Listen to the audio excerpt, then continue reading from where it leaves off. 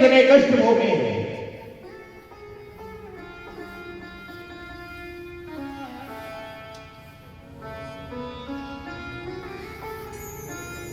न जाने कितने दुख झेले हैं। परम पूज्य प्रातस्मरणीय श्री कृपात्री जी महाराज, धन्य है ये भारत जहां उनके जैसे संत हमारे यहां जन्म लिया है।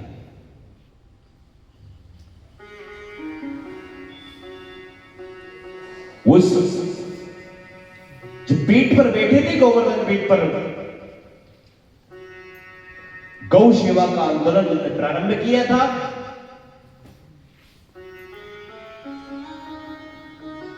वो दिल्ली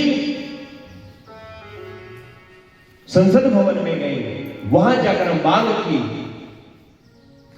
कि मुझे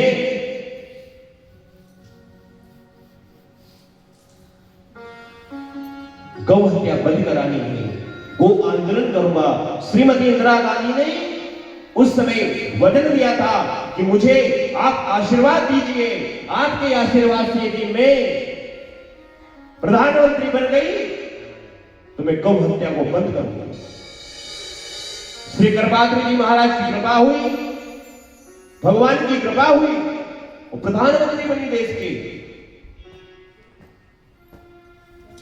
श्री कृपात्री जी महाराज गए, जाकर के कहा, आपने निवेदन किया था कि मैं गौ हत्या बंद करूंगी। बोले हां करूंगी, समय आने दो।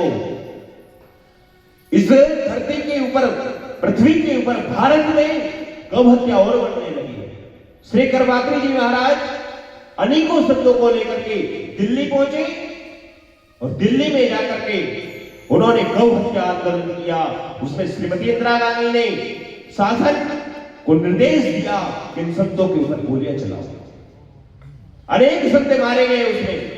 श्री कृपात्री जी महाराज को कई वर्ष तक जेल भुगतनी पड़ी, कारागार में बंद रहना पड़ा। उनको मरवाने के लिए बड़े बड़े आतंकी छोड़े गए।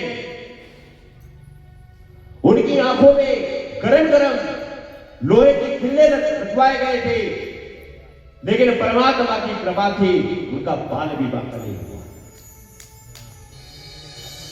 जब वो कारागार से बाहर आए,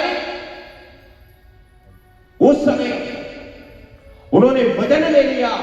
गोपाष्टमी का दिन था जिस दिन इन संतों के ऊपर, महात्मा के ऊपर गोलियां चली थी। उसी समय इसी भारत के संत ने हाथ में गंगा जल लेकर के श्राप दे दिया था कि इसी गोपाष्टमी के दिन तुम्हारा सारा वंश नष्ट हो जाएगा। उसी समय उन्होंने अपने सिंहासन